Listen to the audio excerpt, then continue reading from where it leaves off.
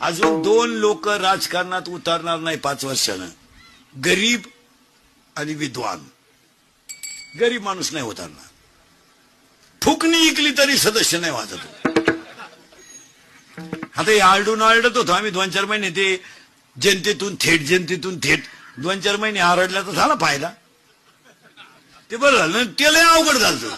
तो गडी गावाचं म्हणेनच कोणाला, ते एकटं झाल्यामुळं तेच खटे घ्यायचं. 15 वर्षापूर्वीचा काळ आता नाहीये. 15 वर्षापूर्वी तुम्हाला ग्रामपंचायत लोकवर्गणीत चालवावं लागायची. आज तुम्हाला मुबलक पैसा आहे. आता तसं राहिलं नाही. 14 वित्त आयोगामध्ये ग्रामपंचायतीला पैशाला तोटा, त्याच्यामधला 25% रक्कम तुम्हाला शैक्षणिक खर्चासाठी आहे गावातल्या. पाहायचंच नाही. फक्त 15 ऑगस्टला 26 जानेवारीला तेवढं झेंड्या पाहिजे, असे गोळ्या बिळ्या न्यायच्या नाही. आणि 4थीच्या पोराला इंग्रजांची भाषणं सांगायची. इंग्रजांनी देश फार लुटला. पोर म्हणले लुटला पण तुमच्या इतका नाही हो. त्यांनी देश लुटला पण तुम्ही गावातच घरात घर ठेवलं नाही.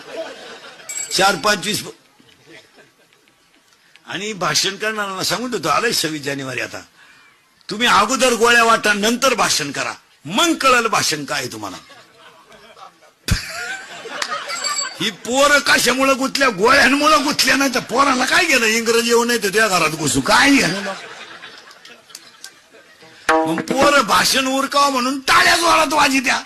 याला वाटतं भाषण आवडलं.